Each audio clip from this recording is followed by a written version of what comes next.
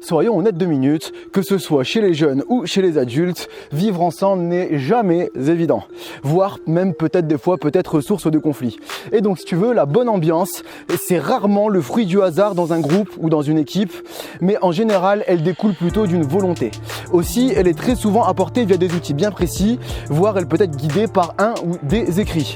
Alors c'est ce principe même qui a poussé l'humanité à suivre des textes religieux et législatifs depuis au moins 5000 ans. Textes qui ont tous pour but d'aider les peuples, qui ne sont que d'énormes groupes, à vivre ensemble au sein d'une communauté assez apaisée pour prospérer. Et donc aujourd'hui, chacun est libre, du moins en France, d'adhérer ou non aux différentes applications de ces textes dans nos sociétés actuelles.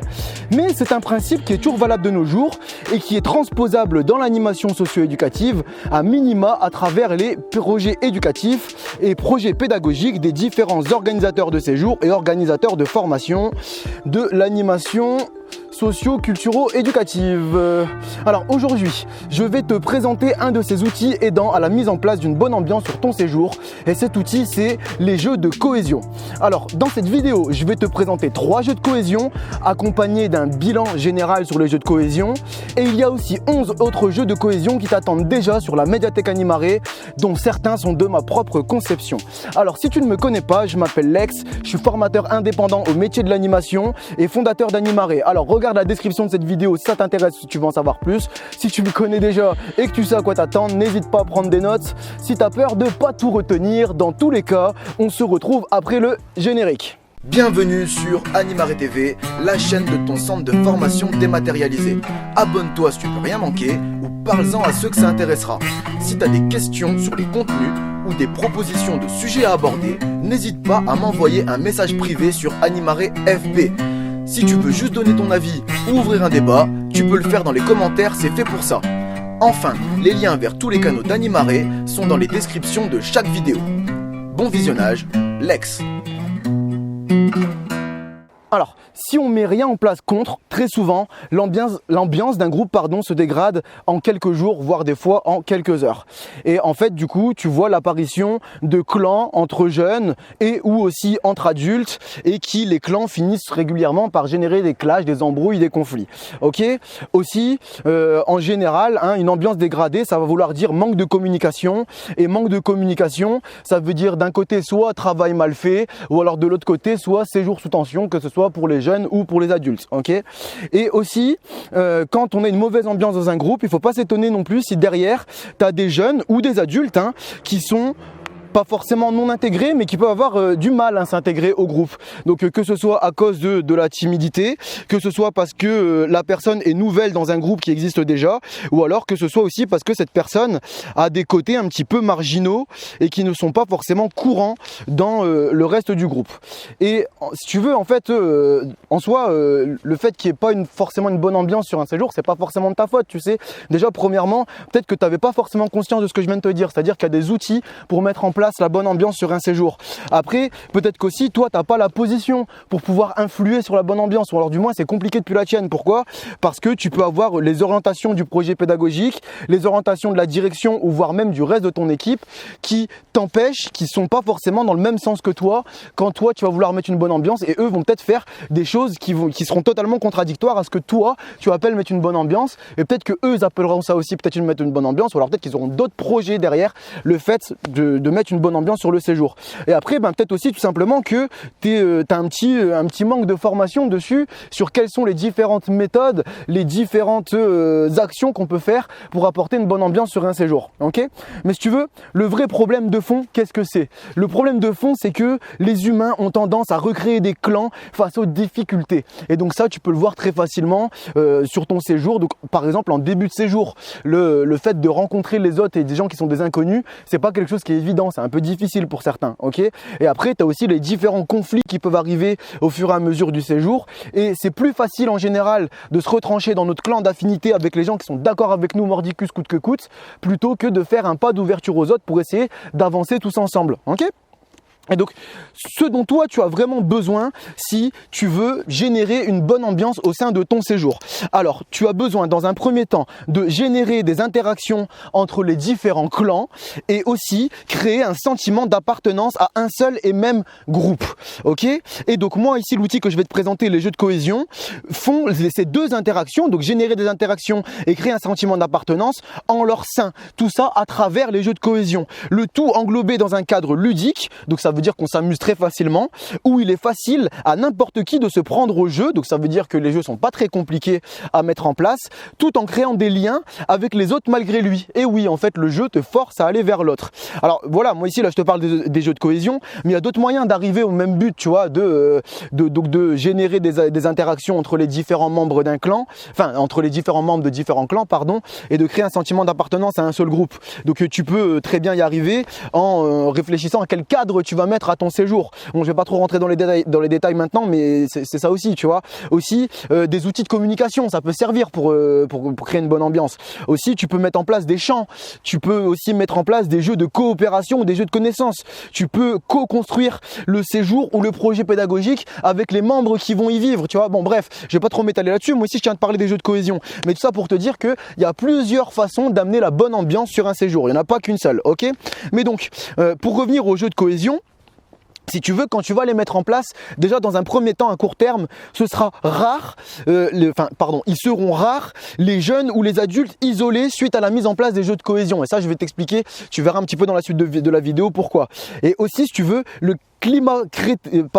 et aussi si tu veux sur le long terme, le climat généré par les jeux de cohésion aide à créer une bonne ambiance et aussi à réguler et à apaiser des conflits à travers les jeux. Oui, il y a peut-être des fois des embrouilles qui auraient pu exploser et qui vont se régler de manière bon enfant, de manière gentille à travers le jeu, où voilà, dans le jeu on se régule et puis après on passe à autre chose. Ok ? Alors, maintenant, si tu veux, pour preuve que ça fonctionne, moi, si tu veux, c'est quelque chose que je mets en place. Les jeux de cohésion, j'en mets toujours en place une batterie sur chaque séjour où je peux le faire depuis 2013, que je sois directeur ou animateur ou assistant sanitaire ou adjoint ou ce que tu veux. À chaque fois que je peux mettre en place des jeux de cohésion, je le mets en place. Ok ? Alors, certains, tu vas voir que ça peut se comprendre aussi, les appellent les PJC. Donc, PJC, c'est petits jeux à la con. Et pourquoi ? Parce que la plupart du temps, ils y ont été confrontés avec des versions dénuées de sens, voire problématiques ou dangereuses. Alors, c'est vrai, les jeux de cohésion peuvent vite déborder si on ne les mène pas correctement, car ils ont le don d'être très entraînants, on se fait très vite prendre au jeu, et ils peuvent aussi créer des situations conflictuelles, contrairement à ce qu'ils étaient censés provoquer. Et on est tellement pris dans le jeu que soit ça peut foutre la merde dans ce qu'on est en train de faire normalement dans la journée, ou alors voir ça peut générer d'autres conflits. Alors, en fait, si tu veux, moi je pense que tout est une question de cadre et tout est une question de choix. Okay, donc je te répète la petite phrase qui, la base n'est pas de moi mais le complément tout autour, lui par contre il est de moi. C'est que si tu veux grandir ou se développer, c'est choisir. Choisir c'est renoncer. Renoncer c'est assumer et seuls les adultes assument leur choix. Okay, donc il faut faire des choix. Et donc moi ici, je vais te présenter donc 3 jeux de cohésion avec le cadre et le bilan que j'y apporte, et tu verras qu'il est possible de transformer ces petits jeux à la con en petits jeux très sensés. Ça reste toujours du PJC, ok ? Mais il y en a un qui est cool et il y en a un qui est pas cool. Et donc ici, on va se retrouver juste après le bilan des jeux de cohésion pour que je te parle de leurs avantages et que je t'explique comment en trouver d'autres, ok ? Mais tu vas bien voir que vu le cadre que j'y mets, il y a énormément de sens et c'est pas prévu justement pour que ça déborde et que ça finisse en n'importe quoi sur ton séjour. Voilà, on se retrouve après les 3 jeux et leur bilan. À tout de suite. Bien, alors là tout de suite je vais te proposer de jouer au chevreuil. Le chevreuil c'est une bête de jeu qui a le don de pouvoir te retourner le cerveau à n'importe quel moment de la journée ou du jour ou de la nuit selon le temps d'encadrement que tu vas faire avec ton public. Alors juste tout de suite avant de commencer les explications du chevreuil, tu as un petit peu de préparation à faire. Et ce qu'il faut faire comme préparation pour le chevreuil, c'est de préparer 3 bracelets pour chaque participant. Donc si c'est dans ton équipe, c'est 3 bracelets par membre de ton équipe. équipe. Et si c'est pour l'ensemble de ton public de jeunes, c'est 3 bracelets par jeune. Et aussi, si c'est les jeunes qui jouent en même temps avec les adultes, et ben c'est 3 bracelets par personne. Donc alors les bracelets, je te les montre ici. Là, moi j'ai fait 3 Scooby-Doo, mais tu peux les faire autrement. Moi j'aime bien faire les Scooby-Doo. Pourquoi? Parce que c'est facile à faire et aussi ça a une certaine élasticité. Enfin voilà, c'est super pratique les Scooby-Doo. Enfin voilà, ça tient un peu, c'est un peu élastique, ça s'adapte à n'importe quel poignet. Ça va, bon, à partir du moment où ils sont pas trop serrés. Voilà, alors maintenant, on passe tout de suite au chevreuil. Alors, le chevreuil est un super jeu où le principe est simple, il est de passer les portes à l'envers. Alors, je te fais une explication tout de suite. Donc là, ici, tu vois derrière moi, il y a un portail qui est une grande porte. Et donc, en fait, le truc, c'est que arriver au niveau, quand tu vas vouloir franchir une porte, là ici, donc normalement quand tu franchis une porte, tu la franchis comme ça, donc en marche avant ou en marche arrière, ça va. Et donc là ici pour le chevreuil, en fait, ce qu'il faut, c'est qu'à partir du moment où tu as tes bracelets au poignet, à partir du moment où tu les as, tu joues tout de suite dans l'instant.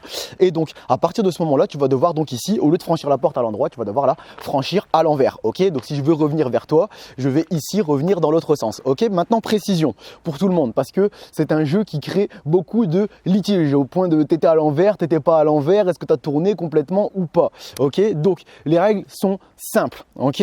Il faut que le premier pied qui franchisse le seuil de la porte, ce soit le talon qui passe d'abord. Donc, on prend bien ici le seuil de la porte. Donc, le seuil de la porte, c'est l'endroit où il y a les gonds, où il y a la rotation, d'accord? À l'endroit où c'est fixé. Et bien, à cet endroit-là, sur cette ligne-là, mon premier pied, s'il passe avec le talon en avant, c'est bon, ok? Il faut que le premier pied passe comme ça.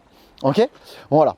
Donc ça ici, c'est pour les règles de base. Maintenant, si quelqu'un te chope en train de passer la porte à l'endroit, donc toi, on t'a vu, tu as tes 3 bracelets ou moins au poignet. Enfin, on commence à jouer avec les 3 bracelets, pardon. Donc, tu as tes 3 bracelets. Tu passes la porte à l'endroit, le premier pied a franchi sans que ce soit le talon d'abord. Et là, n'importe qui a le droit de te crier chevreuil. Et donc là, ici, je vais faire ça. Je vais dire, chevreuil! Il y en a un qui me crie chevreuil. Et donc là, à ce moment-là, eh ben, ce que je dois faire, c'est aussi, lui, ramener mon chevreuil, d'accord? Alors le chevreuil, il faut le voir en direct, c'est pas tu fais des chevreuils à la tentative, t'as pas vu la personne et tu tentes, il faut le voir de ton propre visu. Après, même si elle a 50, 200, 300 mètres de toi, voilà, tu peux crier chevreuil, ok? Et donc, une fois que tu as chopé quelqu'un qui passait la porte à l'endroit, ou du moins que le talon n'est pas passé en premier, donc c'est-à-dire que si tu passes avec même si tu as commencé à tourner, mais que c'est les orteils qui passent en premier, ou le bord du pied, c'est pas le talon, d'accord? Il faut que ce soit le talon. À ce moment-là, si on t'a chopé, tu donnes un bracelet, donc un chevreuil, c'est ça, ils sont matérialisés par là, les chevreuils, et donc tu donnes un chevreuil à la personne qui t'a crié chevreuil. Maintenant, s'il y a plusieurs personnes qui crient chevreuil en même temps, tu donnes pas un bracelet à chacune, c'est toi qui choisis à qui est-ce que tu donnes le bracelet. Ça va? Et donc, évidemment, toi aussi, quand tu chopes quelqu'un qui passe à porte à l'envers, tu lui cries chevreuil et cette personne-là doit te donner ton bracelet. Enfin, doit te donner son bracelet, un bracelet. Ok? Maintenant, qui gagne le jeu? Alors en fait, ce qu'on fait en général, c'est qu'on donne un instant. Moi, j'aime bien le faire tous les jours. Après, ça peut être tous les 2 jours, tous les 3 jours, une fois par semaine. C'est toi qui vois. Mais moi, je pense que pour une dynamique de jeu de cohésion, c'est bien de le faire au moins grand maximum tous les 2 jours. C'est de refaire un point. Et on va rassembler tous les joueurs et on va voir qui a le plus de bracelets remporte la partie. Celui ou celle qui a le plus de chevreuils à son poignet. D'accord? Maintenant, perdre la partie, celui ou ceux qui ont le moins de chevreuils à leur poignet. Donc, il se peut qu'il y en ait qui en aient 0. En général, c'est ceux qui en ont 0. Et puis quand tout le monde commence à bien jouer, il se peut que celui ou ceux qui perdent soit 1, 2 ou 3 bracelets. En 3, ça va être compliqué parce que sinon, ça veut dire que tout le monde est au même niveau. Enfin bref. Mais bon, tu comprends ce que je veux dire. Et donc, une fois que tu en es là, il y a 2 solutions. Déjà, la base, c'est que tout le monde, une fois qu'on a vu qui a gagné, qui a perdu, c'est tout le monde va repartir avec 3 bracelets. Donc, on refait une distribution. Et là aussi, on vérifie qu'il n'y a personne qui a rajouté des bracelets entre les deux pour tricher. De toute façon, quand on va redonner 3 bracelets à tout le monde, on va vite se rendre compte s'il y a des bracelets en trop. Okay? Après, des fois, il se peut qu'il y en a qui soient perdus. Il ne faut pas hésiter à avoir un petit stock de côté pour pouvoir en redonner à d'autres. Okay? Et donc là, tu as 2 solutions. Soit tu te dis, bon, bah voilà, on a refait la distribution et on redémarre. Voilà, tout simplement. Et on redémarre le jeu et on verra bien au prochain point qui a gagné, qui a perdu. Ou alors, tu te dis, moi, je vais faire des gages. Et donc, les gages, en général, enfin, c'est pas en général, c'est pour ce jeu-là. Les gages, c'est celui ou ceux qui ont le plus de bracelets décide du gage pour celui ou ceux ou celles qui ont le moins de bracelets. Ok. Et donc aussi ce que tu peux faire, ce que tu peux te dire, c'est de dire bon bah voilà, il va y avoir un chevreuil dans l'équipe d'adultes et par exemple, là c'est juste un exemple, et on va dire nos chevreuils d'adultes pour nous, entre nous, ce qu'on va faire c'est qu'on va tous se les mettre au poignet gauche, ça c'est les chevreuils des adultes, et pour jouer avec les jeunes aussi, on va tous se mettre, on va relancer un chevreuil avec les jeunes pour jouer avec eux, et ici on va tous se les mettre au poignet droit, ok. Comme ça nous permet aussi entre nous, entre adultes, de pouvoir jouer aussi et d'être toujours dans la dynamique du chevreuil entre adultes. Pourquoi? Parce que tout simplement la dynamique des jeux de cohésion, si tu l'as fait avec les jeunes, c'est très bien, c'est super, mais si tu joues avec les jeunes sans la remettre en adulte, il se peut que la dynamique de jeu de cohésion soit noyée chez les adultes parmi celle des jeunes. Ok. Voilà. Donc ici, ouais, voilà, je te disais, donc c'est à toi de voir. Est-ce que tu fais des gages, est-ce que tu n'en fais pas, est-ce que tu joues avec les jeunes, est-ce que tu joues qu'entre adultes. Voilà, c'est un petit peu à toi de choisir ce que tu veux faire. En attendant, voilà les règles de base. Donc je te les répète quand même. Donc ici, pour pouvoir crier chevreuil et récupérer un bracelet, il faut choper quelqu'un qui va passer la porte à l'endroit sans que ce soit le premier talon qui passe d'abord. Okay. Si c'est le premier talon qui passe d'abord, il n'y a pas de problème.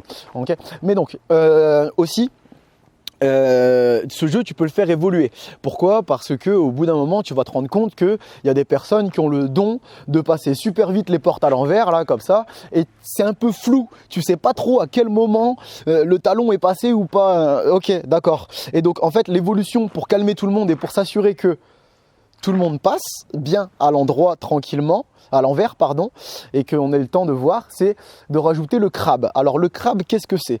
Le crabe en fait, c'est si tu chopes quelqu'un qui a en fait le talon qui passe en même temps que les orteils, donc c'est-à-dire quelqu'un qui a mal fait sa rotation avant de tourner, ou plutôt pardon, là je l'ai très mal fait, c'est comme si j'étais là et que j'avais fait ça, et là ici en fait quand je passe, si tu regardes bien mon pied, enfin mon talon et mes orteils sont sur la même ligne, et donc à partir de ce moment-là, si tu chopes quelqu'un comme ça, tu as le droit de lui crier crabe. Et donc crabe, c'est 2 chevreuils que tu dois donner, 2, tu te rends compte? Donc ça va super vite, ok? Voilà. Alors là maintenant, je t'ai presque donné toutes les règles du chevreuil. Maintenant, au bout d'un moment, quand tu te rends compte que les personnes ont trop de mal avec le chevreuil, tout simplement, elles perdent même en les coachant, ce que tu peux faire, c'est rajouter une deuxième variante au jeu, ce qui s'appelle le vreuilcheux. Et en fait, le vreuilcheux, c'est de jouer au chevreuil à l'envers. Et donc, je t'explique. Donc, le vreuilcheux, c'est, tu vois, normalement, je dois passer les portes à l'envers. Ok, donc là, voilà, tout se passe bien, il n'y a personne qui me crie chevreuil. Ok, et si je passe à l'endroit, il y a quelqu'un qui peut me crier chevreuil. Ok, d'accord, très bien. Maintenant, avec le vreuilcheux, le truc, c'est que seules les personnes qui n'ont plus aucun bracelet au poignet peuvent peuvent dire vreuilcheux, d'accord? Faut en avoir 0. Et donc oui, donc le truc aussi, c'est que j'ai oublié de te dire, c'est qu'il faut pas tricher là-dessus. Moi, la règle que je fais, parce que tu sais, il va y avoir des petits malins qui vont planquer leur bracelet. Ok, moi, la règle que je fais, c'est que tu as le droit de mettre le jeu en pause. Tu as le droit de dire moi, je ne joue pas, je fais une pause. Mais à ce moment-là, tu réclames pas les chevreuils des autres. D'accord, c'est possible. Après, tu peux aussi quitter le jeu à n'importe quel moment. Il n'y a pas de souci. Mais bon, bref, je reviens au vreuilcheux. Et donc, imaginons, bon, bref, hop, là, ici, j'ai 0 chevreuil. Je vois quelqu'un qui va passer la porte à l'envers en chevreuil, normalement pour le jeu du chevreuil, d'accord, normalement pour le jeu du chevreuil. Donc j'ai 0 chevreuil et je vois quelqu'un qui passe la porte à l'envers, d'accord. Donc hop, il passe la porte à l'envers. Si moi j'ai 0 bracelet, que je suis à 0, j'ai le droit de lui crier vreuilcheux. Pourquoi? Parce que j'en ai 0. Donc c'est une variante, hein, ok? Tu poses pas le vreuilcheux dès le départ, hein, s'il te plaît, sinon tu vas foutre le bordel. Et en fait, cette variante-là, il faut absolument que tout le monde ait bien compris les règles de base du jeu, parce que sinon ça va te foutre la merde dedans, ok? Et donc, une fois que tu as dit vreuilcheux à la personne qui avait encore des bracelets et que toi t'en as plus, cette personne-là doit te donner un chevreuil.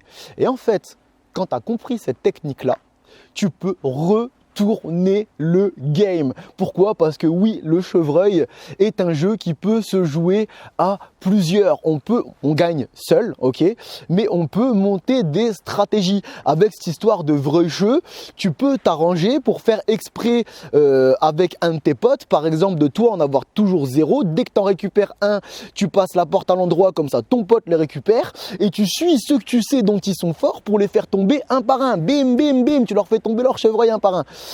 Voilà, donc moi toutes les petites techniques que je te donne ici, je te dis, c'est des techniques de stratégie et qui m'ont mis du temps à développer dans le jeu. Il faut pas tout balancer comme ça, il faut prendre ton temps, que ce soit pour le crabe ou pour le vrai jeu ou même pour les conseils, il faut y aller avec parcimonie. Déjà si tu donnes tout d'un coup, ils vont pas tout retenir et en plus de ça, ça va être compliqué de déjà comprendre la dynamique de base du jeu avant de vouloir rajouter entre guillemets de la sauce par-dessus. Ok, le truc c'est que on joue avec les portes, d'accord, et c'est là que ce jeu il est ouf. C'est que quand tu joues avec les portes, à savoir que une porte en fait c'est un espace donné dans lequel on doit passer où il y a un battant pour la refermer. Okay, sinon ça s'appelle un encadrement de porte s'il n'y a pas le battant pour la refermer. Okay, donc le battant peut être pivotant, vertical ou horizontal. Le battant peut être déroulant, que ce soit à la verticale ou à l'horizontale. Et aussi, sache qu'un portail est une grande porte. Un portillon est une petite porte. Une portière est la porte d'un véhicule. D'accord? Donc ce qui veut dire qu'en fait ce jeu n'a pas de limite, enfin n'est pas concentré à l'interne du centre et qu'il se peut que tu ailles dans les magasins et qu'au moment où tu vas franchir la porte, on va te crier chevreuil. Il se peut que tu descendes du bus et au moment où tu vas franchir la porte, on va te crier chevreuil. Il se peut que tu montes dans une voiture et quand tu vas vouloir monter ou descendre de la voiture, on va te crier chevreuil. Donc voilà, c'est un jeu qui est génial aussi à vivre en extérieur parce que c'est un truc de malade, on s'éclate, on rigole, c'est un truc de ouf, tu vois. Voilà. Alors après, juste précision, parce que tu vois, imagine que là ici on est dans un véhicule. Ok, donc moi je suis en train de conduire et là ici tu te dis je vais te le faire ici comme ça. Donc là ici je suis dans la voiture, ok, je suis dans le 9 places, ok, là voilà, j'ai un anime, un jeune et 6 jeunes à l'arrière avec moi, ok. Et donc là ici on va franchir une porte, d'accord? On est d'accord. La règle du jeu, c'est le talon en premier. C'est pas parce que tu es dans une voiture que la règle du jeu s'arrête, ok? Donc, pour les passagers de la voiture, oui, je dis bien pour les passagers, ils se débrouillent comme ils veulent, mais au moment de franchir la porte, s'ils ne passent pas le talon en premier, n'importe qui a le droit de leur dire chevreuil, ok? Maintenant, le truc, c'est que les règles que je donne moi en général, c'est que ce soit pour le chevreuil ou pour n'importe quel autre jeu de cohésion, on fout la paix au conducteur ou à la conductrice, ok. Mais par contre la contrepartie, c'est que le conducteur qu'on laisse tranquille, le conducteur lui aussi, tant qu'il est derrière le volant, il ne réclame pas de chevreuil ou il ne se met pas à jouer à d'autres jeux de cohésion, ok, d'accord. Aussi, c'est un jeu qui de par son conditionnement mental peut être difficile à jouer pour certaines personnes. Tu sais, il faut y penser en permanence et donc il y a des personnes qui c'est pas qu'elles lâchent l'affaire, c'est juste qu'elles oublient et donc elles perdent tout le temps au jeu et si tu veux, ça peut être un petit peu compliqué pour elles de jouer. Donc moi, ce que je te conseille de faire, toi en tant qu'encadrant, en tant que soit en direction ou soit en animation, c'est d'aller voir les personnes qui ont du mal à jouer et les coacher en fait. C'est de toi leur donner toutes tes petites techniques. Moi par exemple, je suis un malade au chevreuil. Je vais devoir partir, je vais te laisser passer l'angle et dès que tu vas voir passer l'angle, je vais courir, je vais te mettre par terre, je vais regarder et puis je vais crier chevreuil. Dès que tu t'y attendras pas, je peux te suivre jusqu'à la porte de ta chambre pendant 500 mètres s'il le faut, pendant 10 minutes, il n'y a pas de problème. Alors aussi, les meilleurs moments pour choper des chevreuils, c'est au réveil, au moment où les gens ont la tête dans le cul. Ils sont là, ils n'y pensent tout simplement pas. Aussi, les moments pour choper des chevreuils où il y a pas mal de gens qui vont oublier, c'est quand on va sortir du centre. Tu sais, voilà, on est content, on sort du centre et tout, et hop, on a autre chose dans la tête, on pense plus au chevreuil. Ouais, mais sauf que si Alex dans les parages, il va t'en récupérer, il va en avoir jusqu'au coude. Oui, je finis régulièrement mes journées avec des chevreuils jusqu'au coude. C'est possible, c'est possible. Enfin voilà, il y a plein de petites techniques que tu peux faire. Voilà. Bon, maintenant, petit bilan pour le chevreuil. Le chevreuil, moi j'y ai joué avec des jeunes à partir de 6 ans, ça joue très bien. Pourquoi? Parce que qu'est-ce qu'il faut faire? Il suffit de se retourner pour passer la porte à l'envers. Après 6 ans, c'est peut-être compliqué pour jauger du crabe. Ok? Mais voilà. Ensuite, pour eux, l'effectif. L'effectif, il n'y a pas de limite. Moi, j'ai déjà fait des chevreuils à 80. C'était énorme. C'était juste génial, quoi. C'était juste un truc de fou. Après, ce qu'il faut, c'est peut-être pour les répartitions, les faire pour les redistributions et aussi pour voir qui a gagné ou pas. Soit on le fait à table, c'est génial parce qu'à table tout le monde est là en général, ou alors on peut aussi le faire en petits groupes, ça dépend, voilà, qu'est-ce qui t'arrange. Alors ensuite, pour le temps, la durée, ben voilà, c'est un jeu, si tu le lances le premier jour de ton centre, il peut durer jusqu'au dernier jour de ton centre ou ta colo, voire même de ta classe de découverte. Et voilà, faut juste pas oublier pour le chevreuil, d'ailleurs pour tous les jeux de cohésion, de revenir faire un temps, on va faire un petit point sur le jeu, qui a gagné, qui a perdu, est-ce qu'on donne un gage ou pas, et ensuite on refait la redistribution. Ensuite, qu'est-ce qu'il te faut comme matos? Et ben comme matos, il te faut, je t'ai dit, juste 3 bracelets par personne. Ça peut demander un petit peu de temps pour les créer avant de jouer. Après, moi en général, à partir de 10 ans, ce que je fais, c'est que les bracelets, on les crée tous ensemble avec tous les joueurs. On crée les bracelets et en même temps, enfin on crée les bracelets et tout de suite après, on explique les règles. Voilà. Et ensuite, on y joue où? Ben, je te l'ai dit, on y joue partout. Donc à l'intérieur du centre, à l'extérieur du centre, juste peut-être quelques limites pour le chevreuil, et en fait qui vont être valables pour tous les jeux de cohésion. C'est pas pendant les temps de sommeil, pas pendant les temps d'intimité, donc c'est-à-dire quand tu es aux toilettes ou aux douches, là on te fout la paix à ce moment-là. Après attention, quand tu as fini de faire pipi ou de faire caca, ou tu as fini de prendre ta douche, il n'y a personne qui est venu t'embêter pendant que tu étais dedans, mais si tu sors à l'endroit, il y a quelqu'un qui va peut-être t'attendre et qui va peut-être te dire chevreuil, hein, faut faire gaffe. Aussi pas pendant une explication, d'accord? Une explication, c'est quand tout simplement, c'est quand il y a quelqu'un qui prend la parole devant le groupe. À ce moment-là, on le laisse tranquille, on laisse faire son explication. Et oui, bien évidemment aussi pas pendant les temps de sommeil. Bon, le chevreuil n'était pas trop concerné, mais les autres jeux de cohésion, tu verras qu'on fout la paix aux autres pendant qu'ils dorment. Ok? Bon voilà, je t'ai présenté le chevreuil, j'espère qu'il te plaît. Moi, c'est un de mes jeux préférés. Alors à savoir que c'est un jeu qui te conditionne vraiment une fois que tu es parti vers les portes parti pour jouer avec les portes à l'envers. Moi, je rentre chez moi, je passe encore les portes à l'envers et je me retrouve tout con à rentrer à l'envers, me retourner, tomber devant le miroir et dire ah ouais, c'est vrai, il y a personne qui va me réclamer mes bracelets. Mais c'est un jeu qui est génial. Voilà. Bon, moi j'ai fait le tour pour le chevreuil. J'espère qu'il t'a plu. Moi, je te dis, c'est un de mes jeux préférés. Si je peux, je le remets en place sur tous les séjours. C'est un truc de malade. Voilà. Bref, allez, on se retrouve dans un jeu suivant. Bien, alors on se retrouve ici pour que je te présente encore une frappe de jeu qui s'appelle l'élan. Alors le jeu de l'élan est un jeu qui est un petit peu connu, un petit peu comme le jeu du chevreuil que je t'ai présenté là juste avant. Et donc en fait, le jeu de l'élan, pour pouvoir y jouer, déjà premièrement, c'est tu dois avoir un totem. Alors ici le totem, moi je l'ai matérialisé par une brosse à cheveux, ok, mais tu peux mettre ce que tu veux à la place, on s'en fiche complètement, ok. Et donc en fait, le but de l'élan est tout bête, c'est de ne pas avoir l'élan et donc de ne pas se retrouver avec ce foutu totem, ok. Et donc pour l'élan, pour se le refiler, c'est très simple. Ici tu vas faire un pistolet avec ta main, d'accord, un pistolet qui ressemble à ça, ok. Donc après c'est à toi de voir les règles que tu veux poser. Ton pistolet peut avoir une autre forme, en tout cas moi c'est la forme que je lui donne, ok.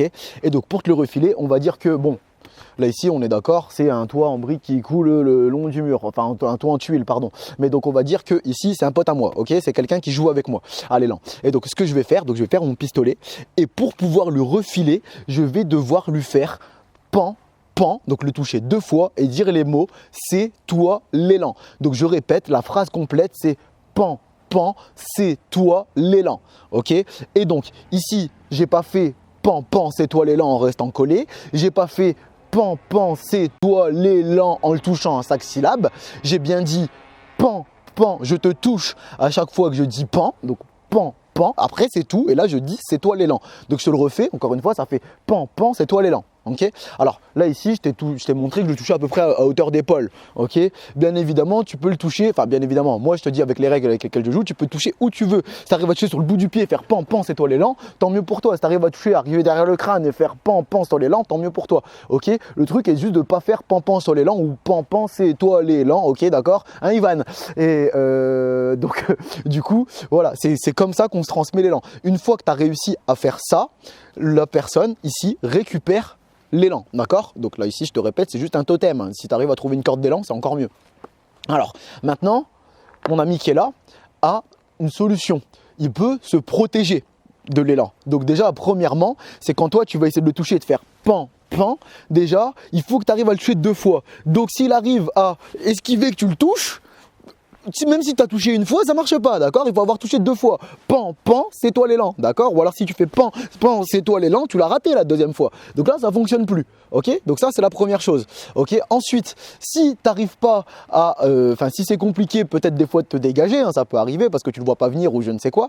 Alors, ce que tu peux faire pour te protéger, toi, c'est que tu peux mettre ta main en corne d'élan. Et donc, du coup, ici, il faut mettre la main en corne d'élan, donc ici sur la tempe avec la main ouverte. Donc c'est pas ça, c'est pas ça, c'est pas ça ou j'en sais rien, c'est bien là ici, là sur le côté avec tous les doigts ouverts.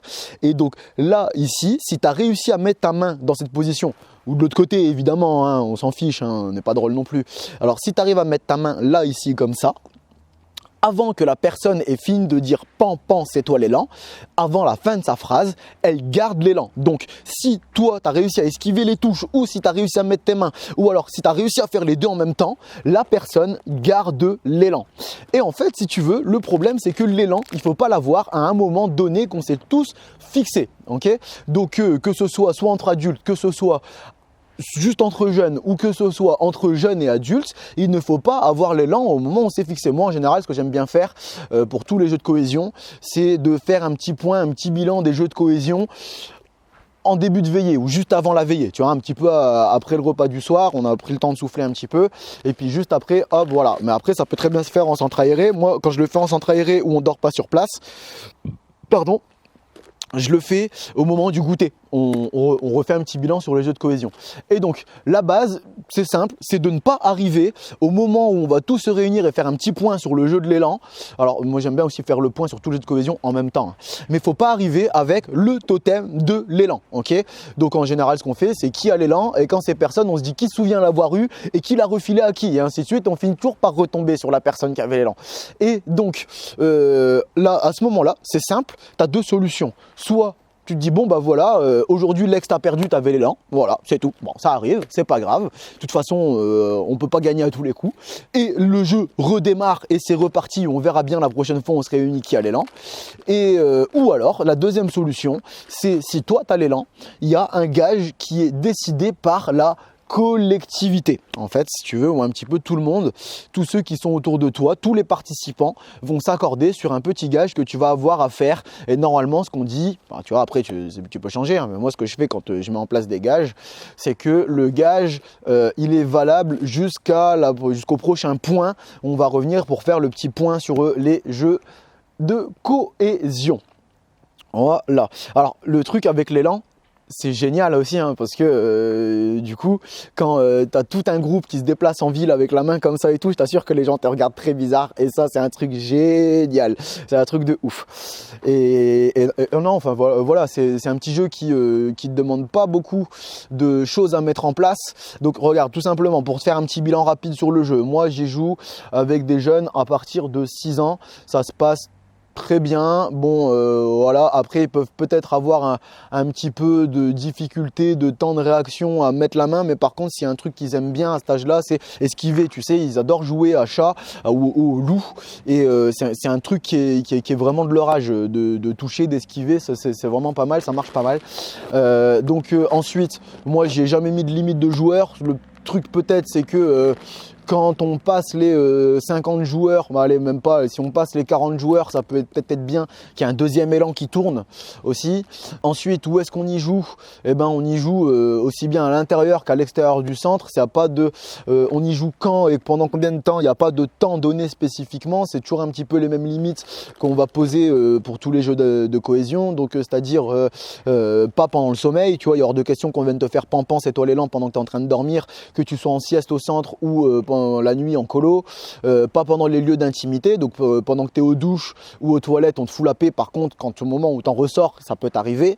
Pas pendant les explications, donc c'est-à-dire quand il y a quelqu'un, jeune ou adulte, qui prend la parole devant tout le monde, et pas en plein milieu d'un repas non plus, parce que ça peut vite être la catastrophe à table et on risque de se concentrer plus sur le jeu que sur le repas, et en plus de ça de faire des accidents. Ok, voilà, c'est à peu près tout pour les limites j'en ai peut-être oublié une, mais dans tous les cas, j'y reviendrai dans le bilan général des jeux d'astuces que je vais te présenter sur la médiathèque, sur Animare TV.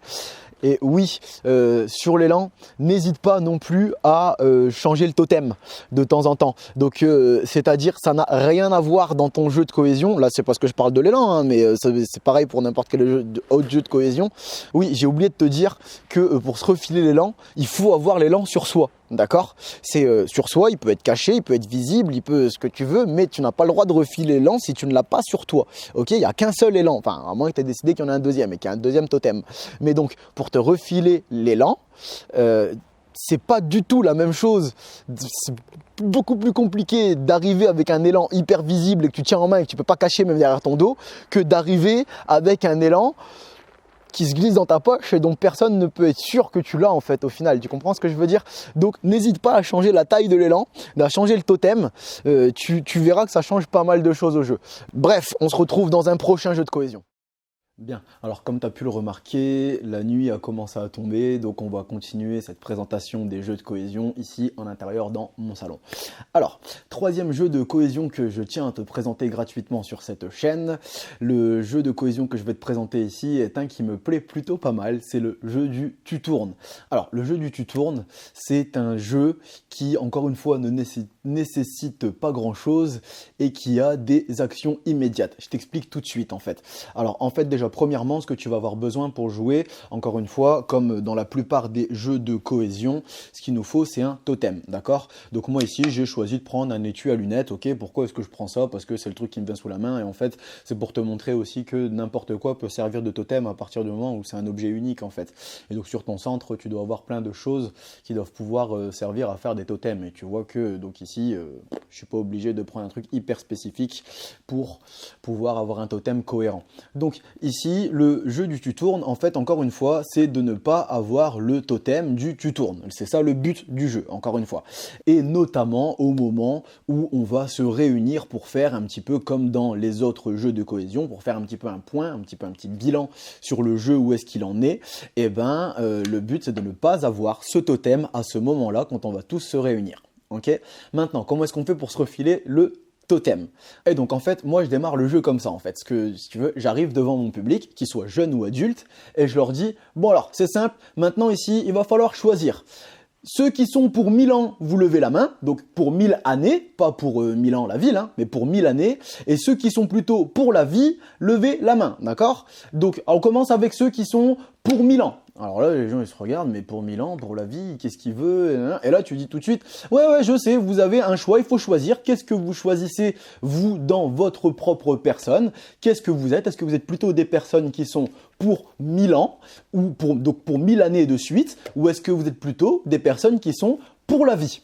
Okay. Et donc là, on va dire, on répète, hein, et donc, ceux qui sont pour le... 1, 2, 3. Et donc, ceux qui sont pour 1000 ans, levez la main. Alors là, tu vas avoir une partie du groupe qui va lever ta main, on s'en fiche de la proportion.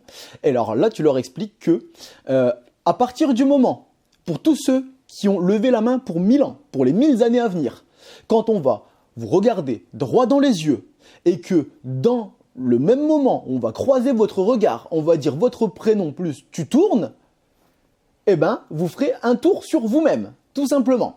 Alors un tour sur vous-même, c'est pas compliqué, hein. Donc un tour sur nous-mêmes, c'est là ici, je vais me lever, je vais faire un tour, ou alors ici, je peux très bien ici là faire un tour comme ça. J'ai toujours fait un tour sur moi-même. Et imaginons que j'étais allongé au sol, là je suis là, je vais me mettre à rouler, j'ai aussi fait un tour sur moi-même. Ok, c'est pas un tour autour de quelque chose, et ce n'est pas un demi-tour, c'est un tour sur soi-même. Ok.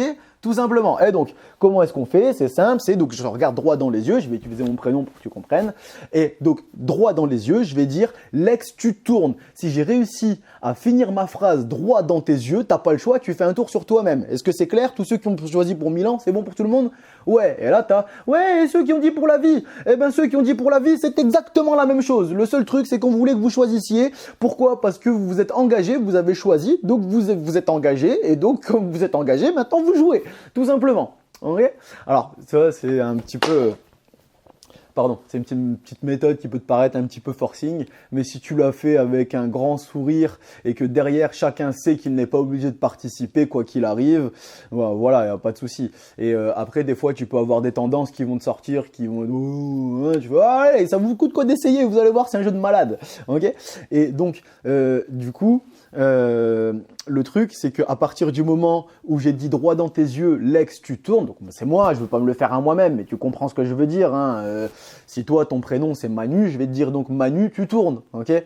Et donc, à partir de ce moment-là où j'ai réussi à te le dire et que toute la phrase que j'ai dite, aussi bien Manu, tu tournes, donc les 3 mots sont dans le même regard, t'as pas le choix, tu fais un tour sur toi-même. Et si je t'ai eu, à partir de ce moment-là, je te donne le totem. D'accord? Et donc, en fait, il n'y a qu'un seul totem. Donc, ce qui veut dire qu'il n'y a qu'une seule personne qui a le droit de dire tu tournes. Ok? Et donc, aussi, toi, ce que tu peux faire, c'est te protéger. Ok? Donc, pour te protéger, il faut que, soit, premièrement, tu quittes le regard juste avant que j'ai réussi à finir ma phrase, donc qui était Manu, tu tournes, ou Lex, tu tournes.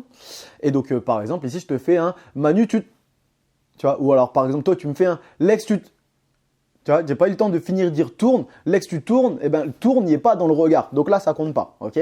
Deuxième solution pour te protéger, c'est bien de venir ici, de mettre ta main là, ici, comme ça, ou la main ou le doigt, c'est toi qui vois un petit peu, entre les deux yeux. Et ce qui veut dire que tant que tu es comme ça, il n'y a personne qui peut te le faire, tu restes protégé. Ok? D'accord? Alors, aussi, le truc qu'il faut bien prendre en compte, c'est que c'est bien Lex, tu tournes ton prénom plus tu tournes dans le même regard, d'accord? Par exemple, si je te regarde pas et que tu me dis Lex, je me tourne, je te regarde, et là tu me dis tu tournes, non, ça fonctionne pas, ok? Il faut qu'il y ait Lex, tu tournes dans le même regard. Donc je recommence. Là ici je te dis Lex, ouais, tu tournes, non. Par contre tu fais Lex, ouais. Lex, tu tournes? Ouais, ok, bon, bah là, j'ai pas le choix. Et donc là, ici, je vais faire mon tour sur moi-même parce que tu m'as eu et que j'ai pas vraiment eu d'autre choix là, tu vois. Ok, d'accord? Donc c'est important que le prénom plus le tu tournes soit dans le même regard. Et encore une fois, si tu veux esquiver, soit tu quittes le regard avant, ou alors soit ici, tu viens mettre ton doigt là, ici, ou ta main entre les deux et que pendant ce temps-là, tu es protégé. À savoir que les tu tournes par MMS fonctionnent très bien. Ok, donc par MMS ou par photo, hein, tu peux envoyer un tu tournes par photo, il n'y a pas de souci. Et la personne n'a pas le choix, elle doit tourner à partir du moment où il y a tes deux yeux et qu'elle va regarder tes deux yeux dans le truc et qui est écrit Lex tu tournes, ça marche aussi. Enfin voilà. Donc ici c'est un petit jeu qui déjà te punit immédiatement quand tu te fais choper, donc tu dois tourner et faire un tour sur toi-même. Donc ça peut être super marrant dans des moments où tu n'avais pas prévu ça, que tu sois adulte ou que tu sois jeune. Mais ça reste quand même encore une fois un jeu auquel il faut mettre quelques petites limites parce que sinon tu te doutes bien qu'à n'importe quel moment ça va finir par liver en fait dans ton groupe. Donc en fait moi les limites que je me tourne déjà premièrement c'est comme pour la plupart des jeux de cohésion, hein, tu vois, déjà on te fout la paix pendant les moments d'intimité, donc c'est-à-dire pendant que tu es aux toilettes ou pendant que tu es en train de faire ta douche ou de prendre soin de ton corps au niveau hygiène. Ensuite, pas pendant que tu dors, enfin pas pendant les temps de sommeil, donc quand il y a quelqu'un qui dort, on va pas l'emmerder pour réveiller, yeah, Lex tu tournes, maintenant on fout lui la paix, il se repose. Aussi, pas pendant un temps d'explication. Donc le temps d'explication c'est toujours la même chose, c'est quand il y a quelqu'un qui prend la parole devant tout le monde. Par contre juste avant, juste après le temps d'explication, il n'y a pas de souci, mais c'est histoire que la personne ne se fasse pas trop non plus perturber dans ce qu'elle essaye de dire. C'est déjà compliqué de prendre la parole devant tout le monde. Si en plus tu as quelqu'un qui vient t'emmerder à te faire tourner ou à te faire un pampan, c'est toi l'élan, ou enfin voilà, tu vois ce que je veux dire, ça peut être emmerdant à ce moment-là, c'est pas forcément le moment le plus judicieux. Et aussi pas à table, ok? Pourquoi? Parce que tourner à table, encore une fois, c'est un truc à ce que on se concentre pas sur le repas et que bien évidemment il va y avoir des accidents, tu vas avoir de la vaisselle cassée, tu vas avoir des blessés, etc. Ok, donc voilà, je pense que j'ai à peu près fait le tour de ce que je voulais te dire j'ai à peu près fait le tour de la présentation du jeu du tu tournes. Alors juste maintenant à savoir que le tu tournes à partir de 6 ans ça se joue, maintenant c'est un petit peu mieux à partir de 8, ça joue un petit peu mieux, et Pourquoi? Tout simplement parce que il faut rester concentré, il faut esquiver, il faut aussi des fois prétexter des choses pour aller parler à la personne, etc. Bon bref, c'est pas forcément évident, mais à partir de 6 ans, ça peut se jouer. Ensuite, il n'y a pas de limite aux joueurs, hein. Encore une fois, si tu dépasses les 40 joueurs, peut-être que tu peux mettre un deuxième totem. Aussi, c'est à toi de voir derrière, est-ce que c'est judicieux ou pas, hein, c'est ça la question. Maintenant, on y joue combien de temps? Encore une fois, c'est un jeu qui n'a pas de limite de durée. On y joue jusqu'au moment où on se rend compte que il n'y a plus personne qui joue, et en tout cas, la dynamique du jeu a foiré. On y joue où? On y joue partout, je t'ai expliqué, on peut jouer à l'intérieur comme à l'extérieur du centre. C'est génial aussi en ville de jouer à ce jeu-là parce que ça crée des réactions. En fait, le truc c'est que on n'a pas forcément envie de tourner en public, mais les autres ont tous envie de te faire tourner en public. Donc du coup, c'est le jeu se propage. Et en fait, dans les jeux de cohésion, on voit souvent une dynamique encore plus forte à l'extérieur du centre, parce que dans le centre, on est dans de petits cocons, et puis à l'extérieur, voilà, on a envie un petit peu d'afficher les autres, donc tant que ça reste gentil et bon enfant, il n'y a pas de souci. Après, il ne faut pas que ça devienne quelque chose d'humiliant ou d'acharnement, hein. Quand c'est tout le temps les mêmes, tu vois, tu t'imagines, c'est une personne qui est en plein milieu d'une place publique là, ou dans un magasin, et il tourne toutes les 30 secondes pendant plus d'un quart d'heure, non seulement c'est pas forcément super cool, et en plus de ça, ça peut un peu passer pour de l'acharnement.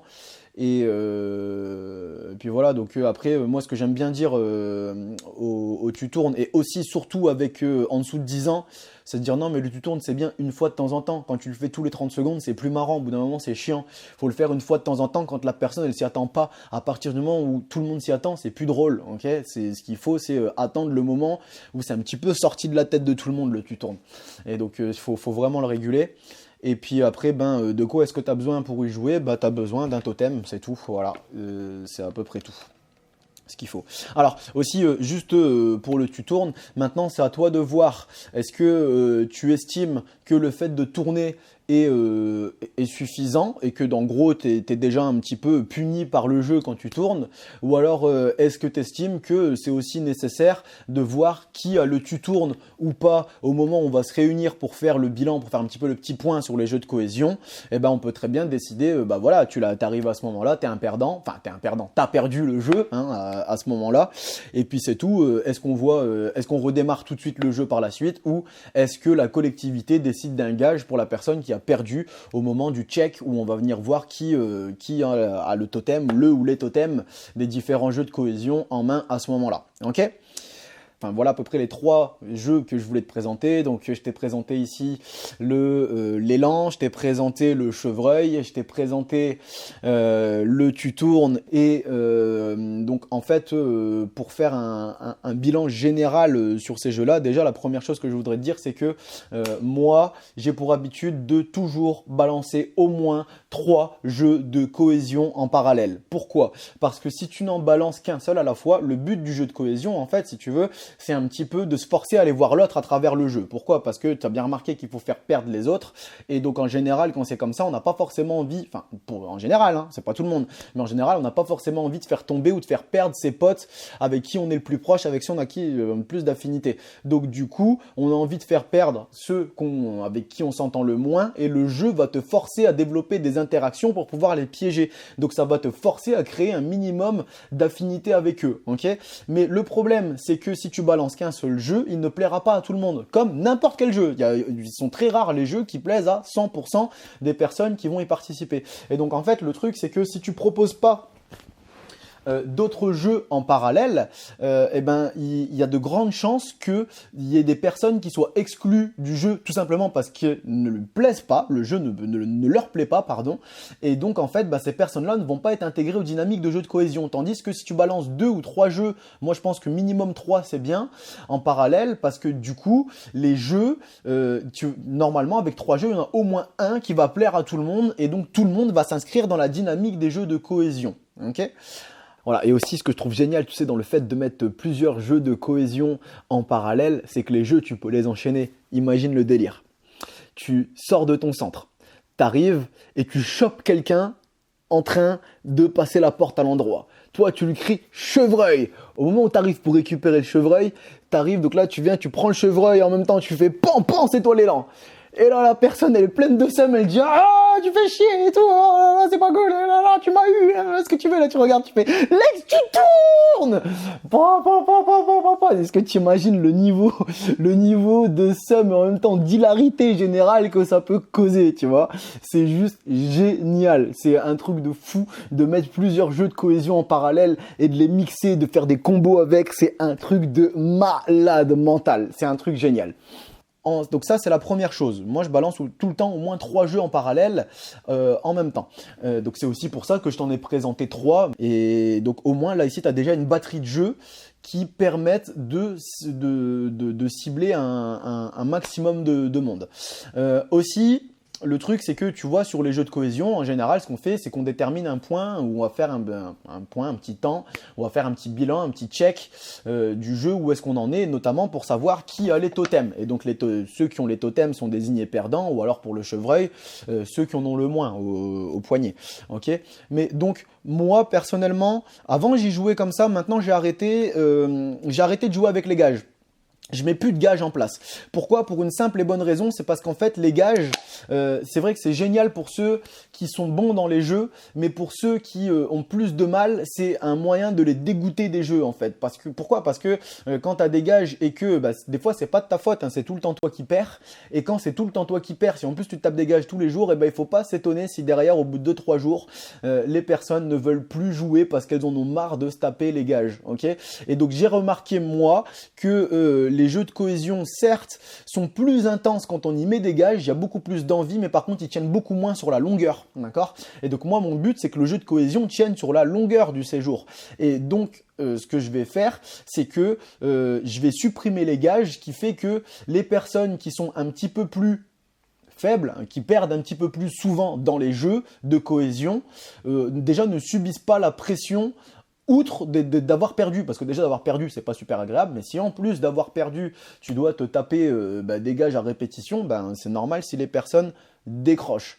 Okay, tandis que quand il n'y a pas de gage, les personnes qui perdent, elles sont moins refroidies à vouloir reparticiper par la suite au jeu. Okay, ensuite, chose que je pense aussi moi assez importante, qu'il faut bien prendre en compte, c'est que si jamais tu mets des gages en place, il faut absolument que les gages soient acceptés par les joueurs. D'accord?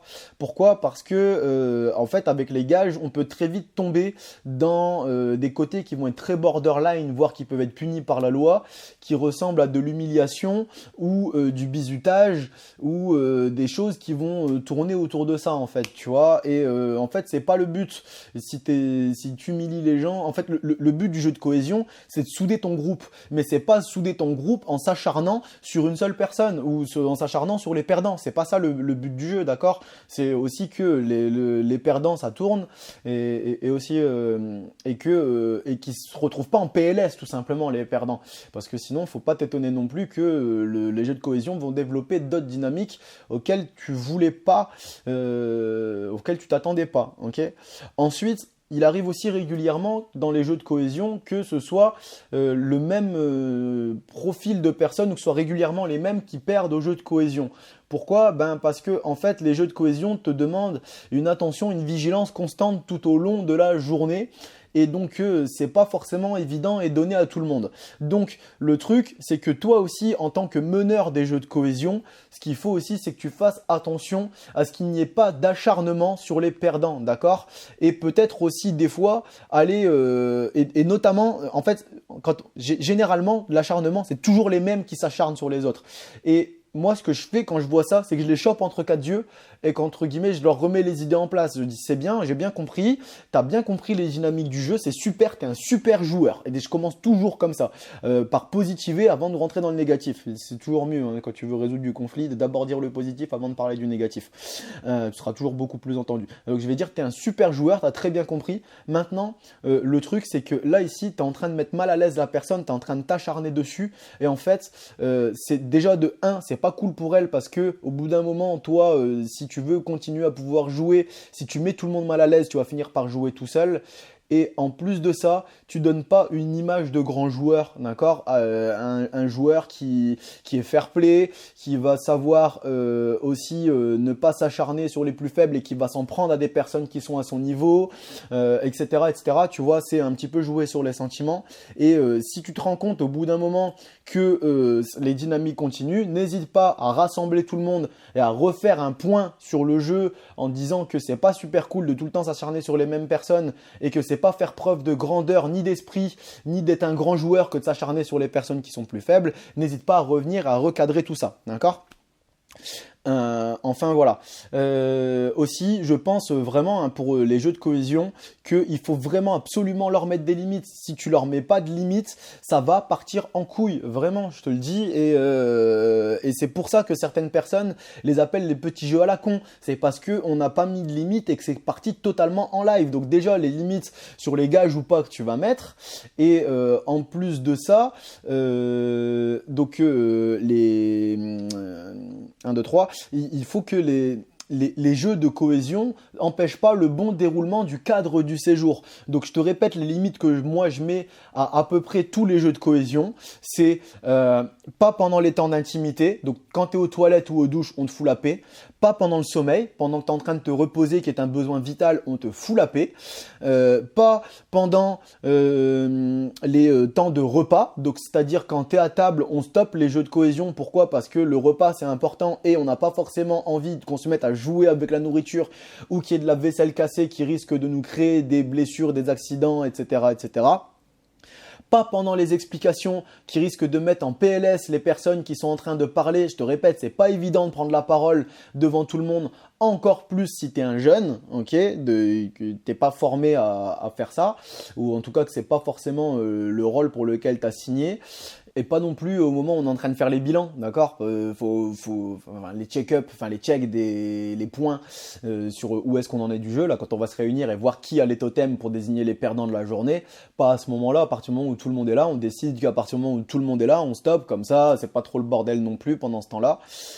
Et puis aussi, réserve-toi un moment où tu vas dire stop, là on arrête tous les jeux, préviens tout le monde en amont et tu dis voilà, là on arrête tous les jeux, c'est important, on a des choses à se dire et donc là c'est plus le moment de jouer, ok?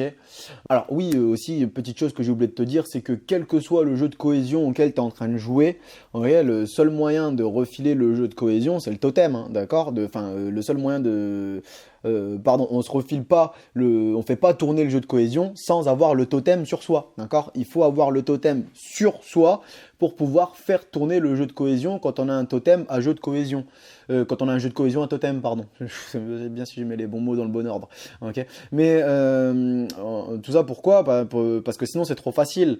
Tu vois, tu peux avoir, tu vas avoir des petits malins qui vont vouloir faire tourner le jeu sans avoir le totem. Mais ça peut aussi être des feintes et ça aussi il y a pas de souci. Ça c'est pas un problème. Mais juste qu'il faut bien comprendre, c'est qu'il y en a un seul vrai qui tourne quand il y a un totem, c'est celui qui a le totem. Tu vois, c'est voilà. Après ça n'empêche pas les autres de le faire à côté, mais ça compte pas.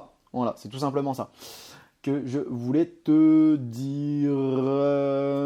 Donc voilà, je vais conclure ce bilan en te disant aussi que moi, ce que j'ai l'habitude de faire, c'est que je vais proposer les jeux de cohésion à mon équipe d'adultes dans le but ensuite qu'elle le transmette à mon groupe de jeunes ou à mon collectif adulte aussi, enfin bref, à mon public. Okay? Pourquoi? Parce que je suis en train de travailler la cohérence pédagogique à ce moment-là et si je tiens à ce qu'il y ait une dynamique qui soit appliquée dans mon public, et ce que je vais faire, c'est que je vais mettre en amont la même dynamique dans mon équipe, histoire qu'elle soit crédible pour encadrer le jeu aussi derrière. Et aussi, ça peut être un super moyen de donner envie de jouer à ce jeu-là, c'est quand ton public va voir qu'en interne, dans l'équipe, vous êtes déjà en train de jouer, c'est la meilleure des sensi que tu peux faire en fait. Vous êtes en train de jouer à ce jeu-là, ils vont vous voir crier chevreuil, ils vont vous voir dire hey, Lex tu tournes, ils vont vous voir dire pan pan c'est toi l'élan. Ils vont se demander quoi au début et puis au bout d'un moment ils vont dire hey, nous quand est-ce qu'on joue avec vous? Et à partir du moment où les premiers disent et nous quand est-ce qu'on joue, c'est le moment de présenter les jeux, ok? Et donc je te répète, moi ce que je fais c'est que je les présente tous en même temps, ok? Tous en même temps, je vais t'en présenter 3. Et oui, dernière chose que je voudrais te dire aussi, c'est que ce que je fais en général, c'est que les jeux de cohésion, je les laisse vivre une semaine. Si je suis sur un séjour qui vit plusieurs semaines, 2, 3 ou voire 4 semaines, ça peut arriver, avec le même public. Ce que je vais faire, c'est que chaque semaine, je vais rajouter des nouveaux jeux de cohésion. Je laisse les anciens pour ceux qui les aiment et qui veulent continuer d'y jouer, mais en général, j'en rajoute 3 nouveaux à chaque semaine, d'accord ? 3 minimum. Après, en général, je ramène les jeux entre 3 et 5 jeux de cohésion, ok ? Et donc, pourquoi ? Parce que ça permet aussi de relancer une nouvelle dynamique, parce qu'au bout d'une semaine, on peut facilement avoir un degré de lassitude qui arrive à travers les différents jeux de cohésion que tu vas apporter. Alors, maintenant que je t'ai présenté les jeux de cohésion, 2 options se proposent à toi. Alors, premièrement, tu peux soit reprendre ce que je t'ai présenté et travailler avec, et même voir peut-être créer les tiens maintenant que tu as compris le principe. Okay ?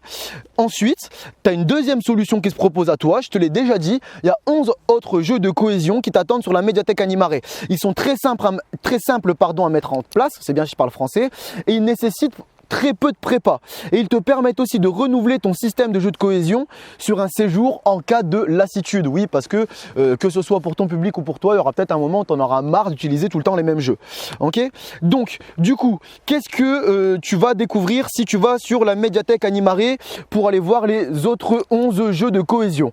Donc, premièrement, si tu veux, j'ai fait un pack où il y a les 11 jeux dedans. C'est tous les jeux que moi j'utilise, tous les jeux de cohésion, plus les 3 que je t'ai présentés. Donc, en tout, il y en a 14. Il y a 14 jeux de cohésion que moi j'utilise sur les séjours, et je te les ai tous mis. Tu peux avoir donc les 11 autres dans un seul pack. Maintenant, tu peux aussi, si tu veux, tu peux avoir la possibilité de les réserver, de les commander, de les acheter au détail. Ok ? Mais donc, à chaque fois, dans chaque produit, tu auras à chaque fois les jeux, plus les conseils, plus le bilan spécifique. Et donc, en fait, en soi, tu payes beaucoup plus pour les informations que moi je vais te donner que pour le jeu en lui-même, d'accord ? Tu payes principalement pour les conseils et les bilans que je vais faire autour du jeu, tu vois.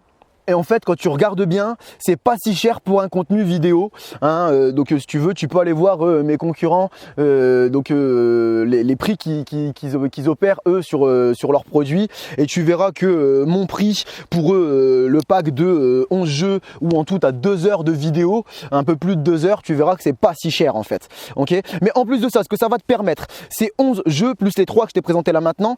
Premièrement, ça va pouvoir te permettre de te démarquer face à ton public. Pourquoi ? Parce que c'est des jeux qui sont rarement connus, rarement véhiculés par d'autres personnes. Ensuite, ça va aussi pouvoir te permettre de créer un climat sain et bon enfant autour des jeux de cohésion. Ok ? Et donc, tu as pu remarquer sur les 3 jeux que je t'ai présentés que je fais très attention au cadre pour ne pas que les jeux débordent, aussi bien dans l'ambiance du séjour que aussi dans l'organisation du séjour, que aussi dans la crédibilité des meneurs qui peuvent avoir à n'importe quel moment. Je fais très attention à ça. Ok ?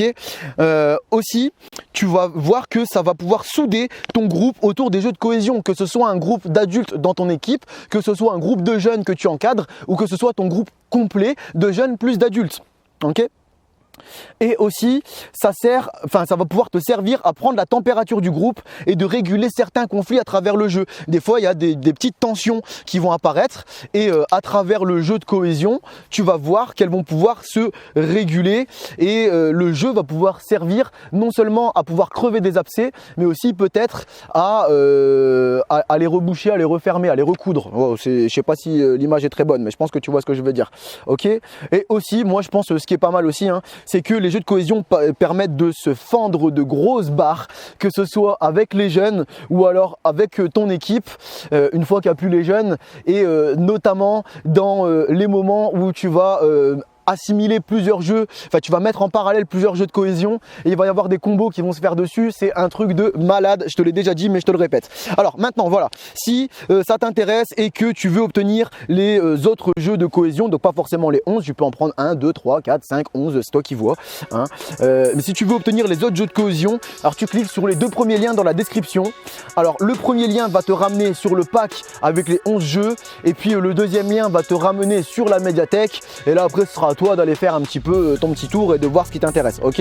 Mais donc au cas où tu réserverais le pack avec les 11 jeux, j'ai fait un prix de lancement où il est à moins 50% si tu utilises le coupon cohésion, donc COHESION, le tout en majuscule et sans accent, et sans accent, pardon. Et ce coupon est valable pendant une semaine, donc il s'arrête le 2 février à minuit. Et c'est seulement pour le pack complet avec le coupon Cohésion, COHESION, tout en majuscule et sans accent. Et aussi, si tu commandes donc ce pack avec les 11 jeux, tu vas recevoir gratuitement en cadeau donc un coup de fil gratuit en complément, dans lequel tu vas pouvoir m'appeler, soit si tu as des questions sur les jeux de cohésion ou pour n'importe quelle autre question relative à l'animation ou alors aux différents canaux et contenus d'Animaré. Ok, et donc en parlant des coups de fil, je tiens à te rappeler aussi qu'il reste seulement quelques coups de fil gratuits, il en reste vraiment plus beaucoup, quelques coups de fil publics gratuits à partir du moment où tu réserves un coup de fil et tu utilises le coupon public PUBLIC, tout en majuscule. Et bon bah là il n'y a pas d'accent hein. Et enfin voilà, donc j'ai eu les premiers coups de fil publics que je vais pas tarder à te diffuser, mais si toi tu veux pouvoir en profiter, dépêche-toi parce qu'il en reste plus beaucoup. Voilà. Et donc voilà, moi je vais conclure cette vidéo en te disant, suis bien les conseils que je t'ai donnés pour faire attention au cadre des jeux de cohésion si tu tiens à les mettre en place. En tout cas moi je te le conseille parce que c'est vraiment quelque chose qui est génial à vivre au sein des séjours. Alors fais aussi attention au bien-être des joueurs et fais aussi attention à ta crédibilité. Les jeux de cohésion sont super pour créer une ambiance de groupe formidable à partir du moment où on fait attention aux règles, aux cadres et aux limites qu'on y apporte. N'hésite pas à les remettre en place, les jeunes comptent sur toi. Et moi aussi. Alors, si jamais tu as des questions et que tu veux une réponse immédiate, tu peux toujours me passer un coup de fil via la médiathèque Animaré. Si tu prends un coup de fil public, on peut modifier tous les éléments qui permettraient de t'identifier, si tu veux évidemment. Les liens sont toujours dans la description de chaque vidéo. À bientôt, Lex.